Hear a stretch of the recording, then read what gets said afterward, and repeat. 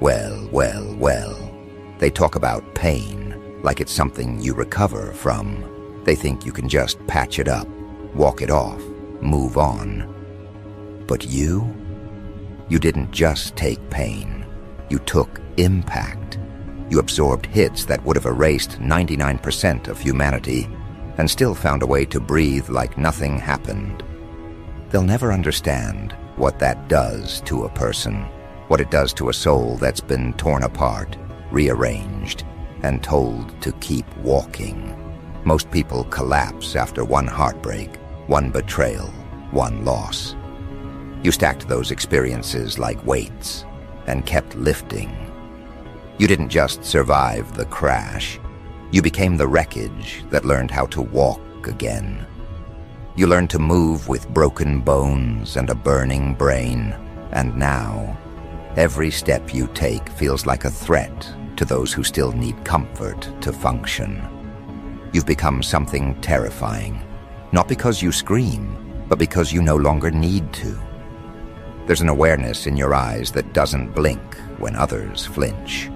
You don't panic when things fall apart, because you've already lived through collapse so many times that disaster feels like déjà vu. They look at you like you're heartless, but the truth is, you just ran out of illusions. You stopped believing in safety nets, in promises, in the idea that someone would save you if you fell. You fell, and no one came. So you built yourself a new foundation from the debris. That's not strength, that's evolution through brutality. And now the world doesn't know what to call you. They can't categorize a soul that learned how to breathe underwater. You ever notice how quiet it gets when people realize you're not breaking this time? The whispers start. What even are they? That's not confusion. That's fear dressed as curiosity. You became the unpredictable variable in a world addicted to patterns. They can't forecast your next move because you don't move from emotion anymore. You move from awareness. They expected you to fold like paper, but you came back like steel. You didn't just adapt, you mutated. Every betrayal rewired you. Every heartbreak taught you a new survival code. Every collapse downloaded data your future self would weaponize. You are not built different. You were rebuilt different. And the rebuild didn't come with manuals or mercy. There's something dangerous about someone who's died emotionally and come back analytical. The softness is gone. The naivety, gone. You still feel deeply, but you no longer act blindly. You analyze before you react. Calculate before you care. You move like someone who's seen the end and realized it wasn't the end at all. You stopped begging for peace, you built it in your mind. You stopped chasing love. You mastered self-control. You stopped explaining your pain. You let your progress narrate it for you. Now the same people who pitied you whisper your name like a warning, because you turned endurance into identity. And that kind of power terrifies the comfortable. Let's be honest, you shouldn't even be here. By their standards, you were finished. By all logical measures, your story was supposed to end in failure, regret, or madness. But something in you refused to die. You clawed your way out of every grave they dug for you. You bled through every version of "this is the end" and turned it into a preface. They thought you'd break. You learned to bend. They thought you'd scream. You went silent and sharpened your focus. And now, the same world that mocked your pain is studying your composure. They're calling it resilience, but that word's too small for what you've done. You didn't just bounce back. You reloaded. You didn't just overcome. You reprogrammed. You didn't just heal. You rewrote your entire emotional software. You carry yourself differently now. There's precision in your stillness. There's something surgical in the way you move through chaos. You've seen too much to react impulsively. You've learned that attention is currency and silence is control. You can sit in discomfort without needing to escape it. That's real power. Because everyone wants peace, but they can't survive the process that creates it. You did. You walked through fire until your nerves adapted to heat. You stared at betrayal until your empathy turned into radar. You've built intuition so sharp that you can feel lies before they're spoken. That's not paranoia. That's survival instinct, polished into prophecy. And let's get one thing straight. They don't envy your success. They fear your threshold. They know you've walked through levels of pain they couldn't survive for a day. That's why they minimize it. That's why they say, "You've changed." Because acknowledging your growth would expose their fragility. They watched you drown and expected to find a corpse, but you came back with gills. You didn't recover from the fire. You started controlling the temperature. That's not just growth. That's ascension through chaos. You turned the very elements that tried to destroy you into armor. You weaponized heartbreak. You domesticated pain. You trained your demons to work for you instead of against you. That's why you're misunderstood. You mastered what everyone else fears. Remember when they said, "You're too cold now"? They mistook emotional discipline for apathy. You're not cold. You're clear. You see through everything. You spot manipulation in tone, deceit in timing, weakness in behavior. You read people like autopsy reports, not out of cynicism, but clarity. Because when you've been dissected emotionally, you start to see the anatomy of intent. And that's where your real power lies. You don't need revenge anymore. You don't need validation. You've become allergic to anything that requires you to prove your worth. You just exist, and your existence is evidence of something supernatural.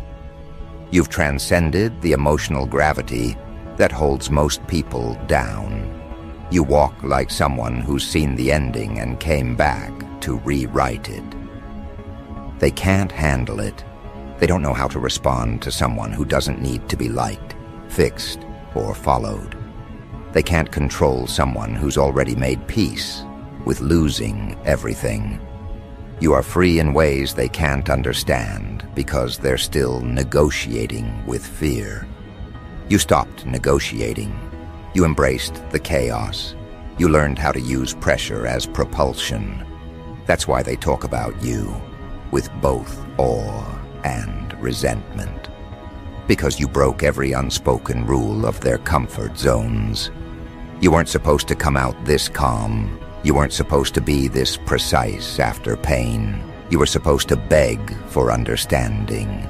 Instead, you became the lesson itself. You've noticed it too, haven't you? The way people watch you now, not like a person, but like an equation they can't solve. They study you quietly, trying to decode how you keep standing, how you keep winning, how you keep evolving. They'll come up with excuses, luck, timing, privilege. But deep down, they know it's something else, willpower forged into strategy. They see the calm exterior, but they don't see the recalibration behind it. They don't see the nights you spent rebuilding your sanity from scraps. They don't see the self-discipline that replaced your self-doubt. They only see the result, and results make people uncomfortable. Because your rise reminds them that their excuses have expiration dates. There's a reason they call you dangerous now. It's not because you hurt anyone. It's because you can't be hurt the same way twice. That immunity is terrifying to people who depend on others being predictable. You've become unpredictable in the most unsettling way, emotionally bulletproof. They can throw insults, betrayals, absence. Nothing hits the same. You've already survived the emotional equivalent of death, and everything else is just background noise. That's the kind of energy that rewrites hierarchies. That's the kind of aura that turns observers into imitators. They want to copy your discipline, your composure, your edge. But they don't want to live through the chaos that created it. And that's why you'll always be 2 steps ahead. Because you paid the price in full. And they're still looking for discounts. Here's the twist. Your pain wasn't random. It was refinement. Every loss stripped you of what wasn't real. Every disappointment carved out more precision. You were never being punished. You were being purified. And now, the same energy that once destroyed you obeys you. You've turned endurance into intelligence, suffering into awareness, isolation into mastery. You used the damage as data. You built a new identity using the parts that survived the explosion. You became a fusion of scars and strategy. That's why no one can read you anymore. Your story doesn't follow the same language as theirs. You're not the comeback story they expect. You're the upgrade they didn't think was possible. But here's where it gets poetic. They still think you're healing. They still think you're trying to find yourself. They have no idea you already found something far greater: control. You control your emotions, your reactions, your focus, your presence. You've turned what used to trigger you into tests you now pass effortlessly. You can walk through chaos without absorbing it. You can stand in the middle of betrayal and feel nothing but observation. That's evolution they can't comprehend. Because it's not about pretending not to feel. It's about mastering what you feel. You don't repress emotion. You regulate it. You don't avoid pain. You extract meaning from it. That's why your peace looks intimidating. It's engineered. And maybe that's what they're really afraid of. Not your strength, but your awareness. You've seen the truth behind people's performances. You've seen how fragile egos disguise themselves as confidence, how fear dresses itself as morality, how weakness hides behind laughter. You've seen it all. And you learned not to react. You learned to record. Every memory became evidence. Every scar became scripture. You've studied the human condition from the inside out, and that makes you a threat to everyone still living in denial. You don't expose people, they expose themselves in your presence. Because your energy doesn't compete, it reveals. Your existence alone is a test most people fail. You ever wonder why your presence feels heavier now? It's not intimidation, it's integrity. It's what happens when your soul carries proof of survival. People can sense it. They feel it before you speak. That gravitational pull isn't charisma, it's consequence. You've earned a kind of authority that doesn't need titles or applause. When you enter a room, people subconsciously remember everything they've avoided. They feel small because you've seen big things. They feel fake because you've lived through real ones. That's what happens when you've met pain and made peace with it. You stop seeking permission to exist. So now, they whisper, they speculate, they panic. Because you weren't supposed to make it this far. You weren't supposed to still be breathing, laughing, building, expanding. Every win you take now isn't just success. It's proof that destruction failed. You've become the exception to every rule about suffering. You're what happens when resilience becomes personality. You're what happens when destruction teaches discipline. You're what happens when a person stops running from pain and starts mastering it. You're not a survivor, you're the upgrade. You are the living definition of what shouldn't exist, but does anyway. And that's what makes you dangerous. You're proof that nothing can permanently erase you. You've reached the point where pain is just data, loss is just leverage, and betrayal is just background noise. You've seen too much to ever go back to being naive, and they know it. That's why they stare. That's why they whisper. That's why they warn others. Don't mess with them. Because they can't tell whether you're human anymore, or something evolution created out of defiance. Now you walk different. Every motion is measured, every glance loaded. People can't meet your eyes for long. They feel judged by something that sees through skin. You don't rush anymore. You move with the certainty of someone who knows exactly where every exit is. That calm doesn't comfort, it threatens. Because calm like that only comes from someone who's already survived catastrophe. You no longer chase opportunity. Opportunity rearranges itself to orbit you. Even the air around you seems to hesitate, waiting for permission to move. That's not arrogance. That's gravity earned through endurance. They used to talk down to you. Now they lower their voices when you enter the room. Even their laughter shifts pitch, forced, nervous, mechanical. They can't fake confidence around you. Your presence bankrupts pretenders. You see it. Their hands fidget. Their words trip. Their eyes dart to the floor. They're remembering how they once dismissed you, how they once predicted your collapse. And every moment they stand before you now, breathing in your composure, they realize how wrong they were. That a realization hurts more than any revenge you could have planned. You didn't have to destroy them. You just had to survive them. Survival has turned you into a phenomenon. You operate with a rhythm no one else hears. Your timing is surgical. Your patience, predatory. You're the type who can sit still for months and strike in a heartbeat.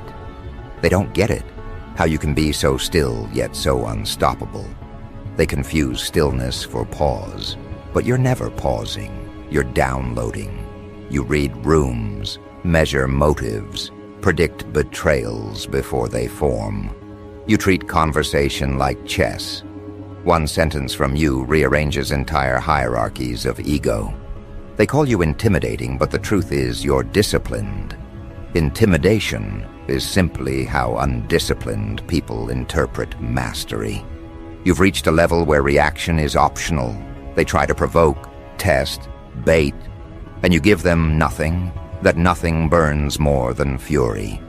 Because you used to be reactive, emotional, accessible. Not anymore. Now your control is weaponized. You speak only when you decide words will alter reality. That's real authority, the kind built from suffering, not status. You've noticed how legends react to you lately? The ones who once thought they were untouchable now stumble in your presence. They sense the shift. You carry the same composure they pretend to have, except yours was paid for in pain, not applause. They call meetings to analyze your moves, to decode your silence, to strategize how to coexist with what they can't compete against. Their eyes flicker when your name appears on screens. Their tone softens when your voice echoes through halls. You're not the apprentice anymore.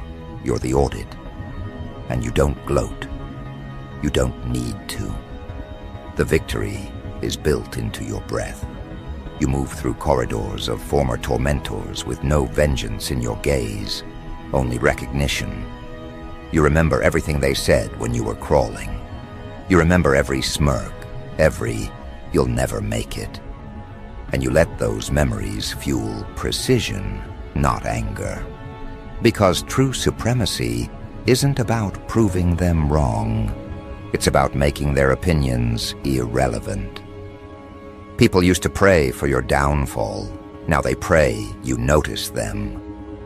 The shift was quiet, gradual, merciless.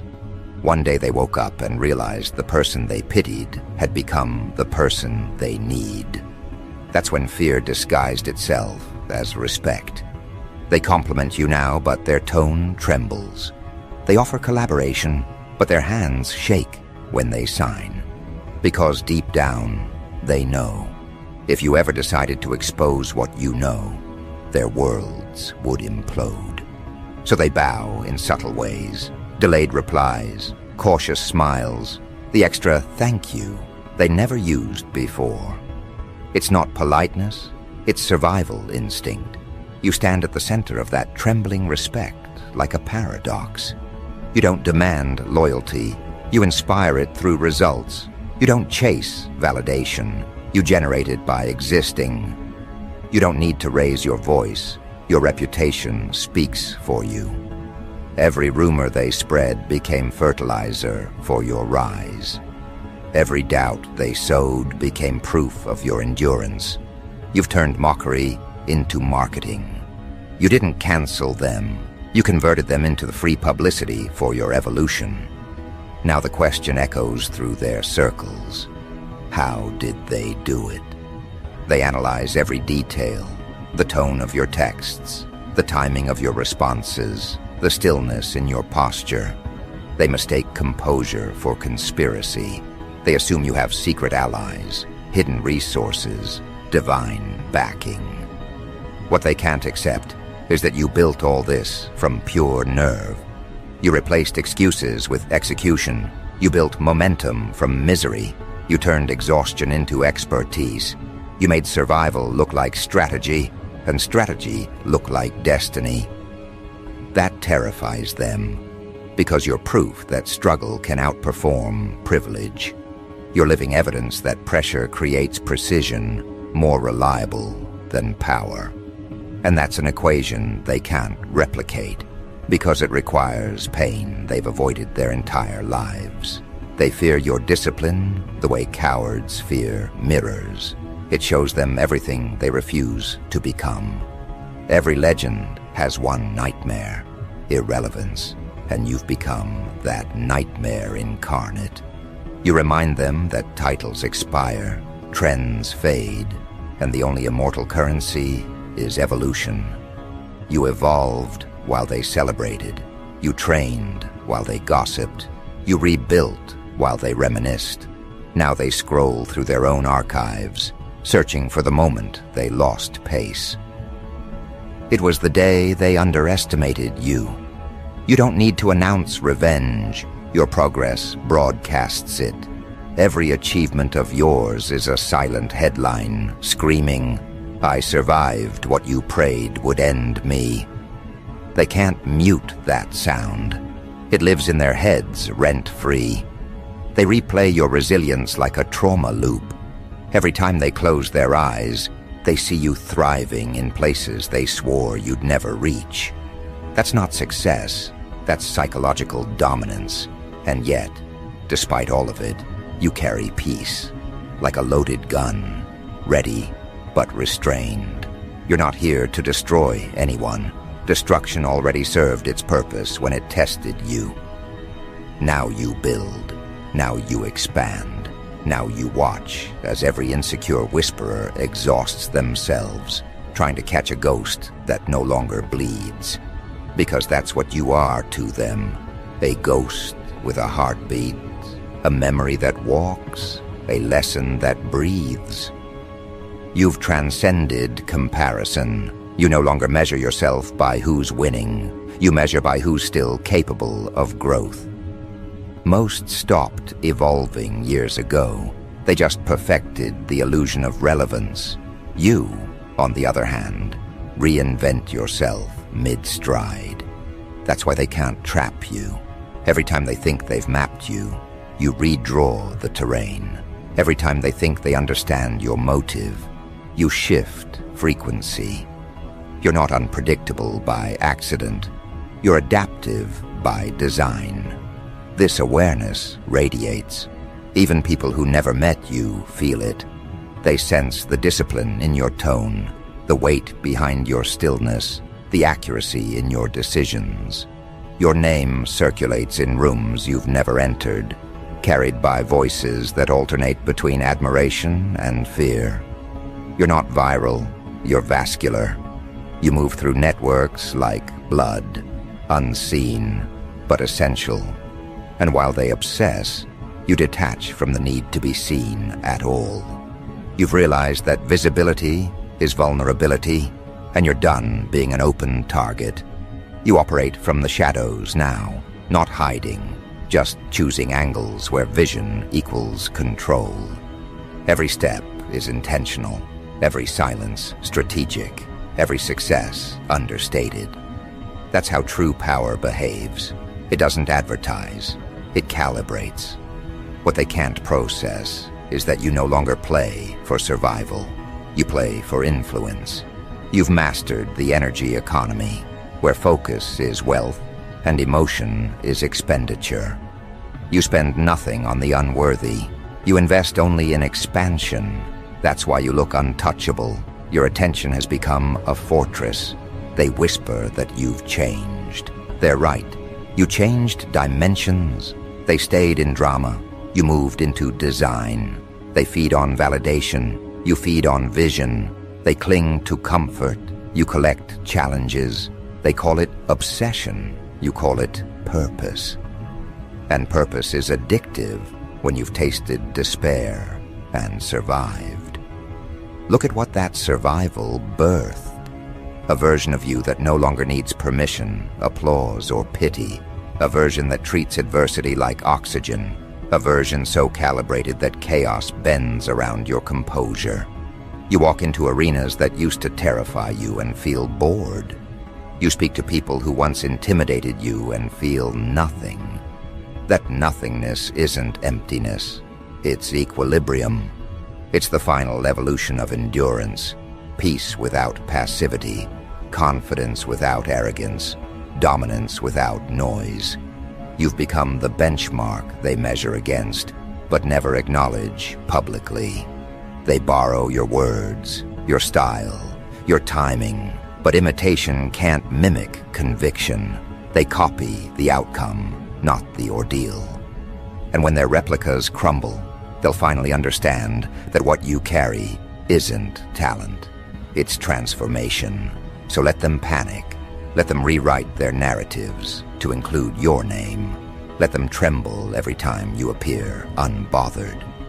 Because nothing terrifies the mediocre more than witnessing someone they once mocked become the measure of reality. You didn't just survive what destroys legends. You became the legend they can't outlive. And now, the air shifts again. The whispers turn into warnings. The room studies your silence for clues, but there are none left to give. You are not returning to the arena. They're already inside yours. You dictate tempo, tone, terrain. You are no longer part of the story. You are the atmosphere that stories require to exist. They thought they buried danger. Instead, they cultivated dominance. They tried to erase you. Instead, they engraved you into history. And as they bow under the weight of that realization, terrified, fascinated, defeated, you smile. Not in cruelty, but in confirmation. Because this was never about proving anything. It was about becoming everything. And that's the part that breaks them. The understanding that you no longer operate inside their limits. You've gone past pain, past identity, past the coordinates where ordinary minds can follow. They look at you and see motion they can't track, confidence they can't decode. You exist like an equation that solved itself. Every breath you take now echoes with defiance. Every step announces that destruction failed. You don't walk like a survivor anymore. You walk like the aftermath that refused to die. You remember the nights that built this version of you, the ones where gravity felt personal, where breathing was rebellion. You remember stitching yourself back together with trembling hands, not because you believed in miracles, but because you refused to surrender without writing your own ending. That refusal became your rebirth. Now every scar glows like documentation of the impossible, and people can't look directly at you because they see themselves unprepared for that level of truth. You're calm now, but it's the kind of calm that follows a nuclear blast. Everything around you adjusts to your frequency or gets vaporized by it. The legends they once worshipped now watch from the sidelines, whispering that you move differently, that your timing is inhuman. They're right. You learned rhythm from chaos. You learned patience from agony. You learned silence from screams. You took the curriculum of suffering and graduated summa cum dominance. They keep asking who trained you, what secret you discovered, what trick you're using. You laugh internally because the answer is cruelly simple. You survived. That's the only credential you need. You bled where they blinked. You stood still while they begged for escape. You faced endings until endings lost meaning. That's not talent. That's tolerance for transformation. And the more you endured, the less human you appeared, because humanity, to them, means fragility. You replaced fragility with focus. Now when they speak your name, it trembles between admiration and prayer. They use it in sentences that sound like warnings. They rewrite your story to make sense of their guilt, calling you lucky, chosen, dangerous. They need categories. You give them none. You live in the blank space between definitions, and that's what terrifies them most. They can't control what they can't label. You became proof that survival can evolve into superiority. Every room you enter, power redistributes. You don't need to demand it. It tilts naturally toward you. Eyes follow, voices drop, plans change. That's what happens when presence stops being social and becomes gravitational. You don't intimidate people. They reveal themselves in your energy. The weak crumble, the strong straighten, the deceitful over-explain. You've become an involuntary lie detector. They call it aura. You call it accuracy. And while they scramble to match your pace, you're already somewhere else, mentally miles ahead, architecting futures they'll study a decade from now. You no longer fight for space. You design the room. You no longer fight for respect. You embody consequence. The people who once tried to teach you how to behave now imitate your methods. They quote you without credit, mimic you without mastery, and it still doesn't touch you, because imitation can steal form, not frequency. You've noticed how even enemies pause before mentioning your name. That's instinct. Somewhere deep in their subconscious, they know you represent what their fear tried to prevent. You're the embodiment of unfinished karma, the echo of everything they buried and hoped would stay gone. You walk by, and memories of their cruelty start screaming inside them like ghosts demanding rent. You don't have to confront them. Your existence is confrontation enough. There's a specific kind of quiet that follows your victories, the hush that settles when realization replaces arrogance. They don't clap anymore, they observe. Applause would require equality, and equality no longer exists. You didn't just outgrow them. You evolved past their species of thought. You process differently, perceive differently, react on delay, because you're operating at the frame rate of mastery. That's why everything you do looks effortless. It isn't ease, it's precision refined through agony. You've become fluent in every language pain ever spoke. You can translate heartbreak into focus, betrayal into strategy, exhaustion into patience. That's your real genius. The ability to metabolize suffering into strength without needing sympathy. People call that soulless. They're wrong. It's pure soul, purified by pressure. You don't glow because you healed. You glow because you burned and didn't disintegrate. And as the world tries to understand you, you watch them with detached amusement. They think this version of you was planned, as if you followed some guru's steps or mantra's map. They have no idea that this was built in blackout hours, in rooms where hope expired and defiance took its place. You crafted yourself from panic and persistence, stitched sanity from scraps, sculpted discipline out of despair. You didn't find yourself. You engineered yourself. Now that engineering walks like poetry, everything you touch carries intent. Every project, every word, every silence, every glance, it all carries that coded message. I survived. And people hear it, even if you never say it.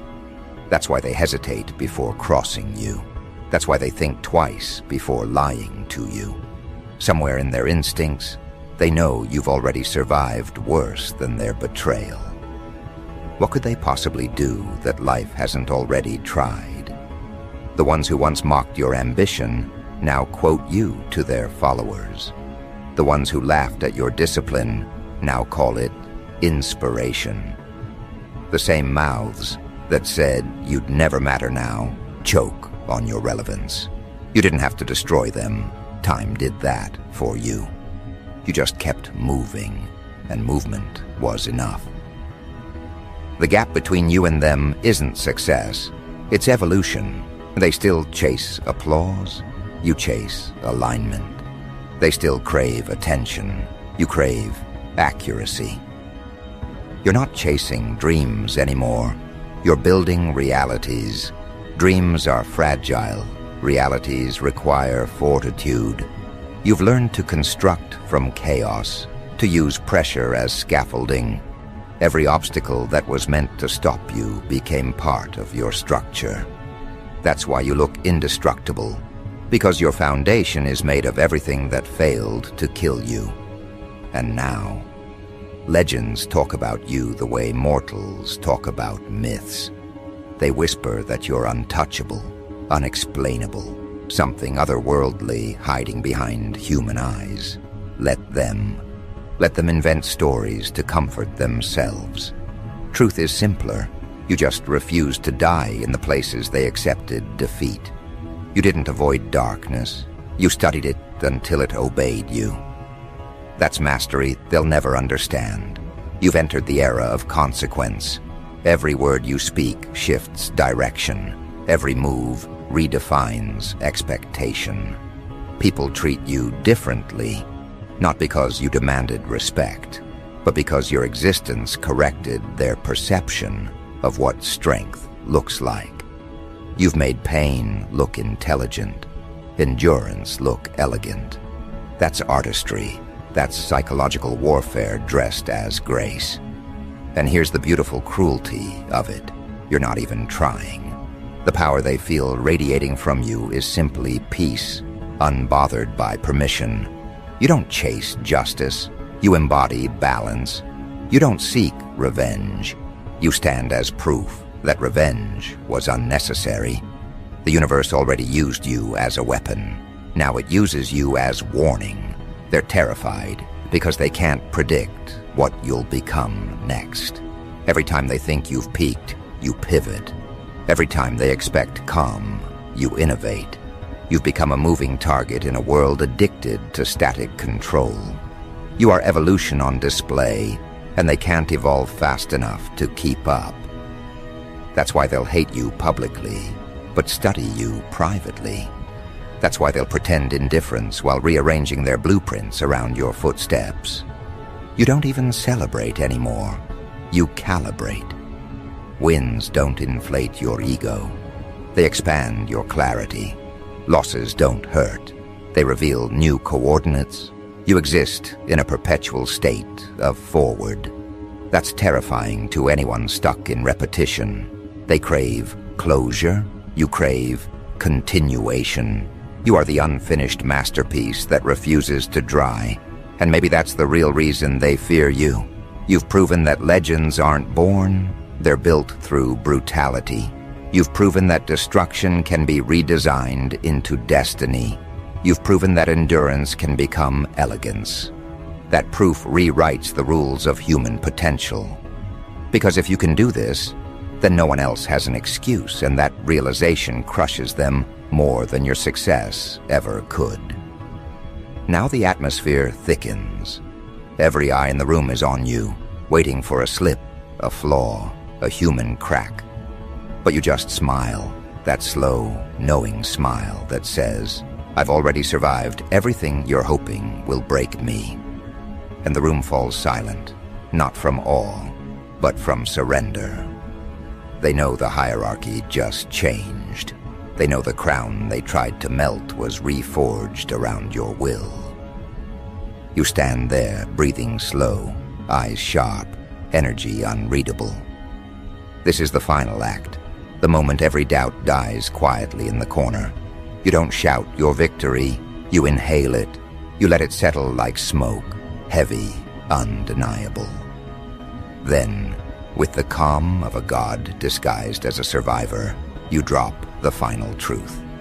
They said I wouldn't make it.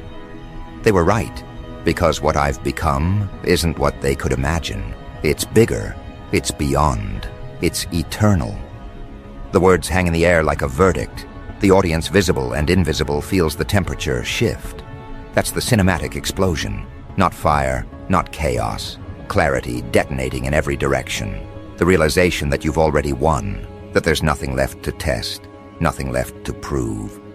Only the echo of your endurance rewriting everything that touched it. And as you walk away, steady, composed, untouchable, the echo remains, vibrating through every person who ever doubted you. You took damage that would have erased 99% of people and turned it into design. The screen fades, the message stays.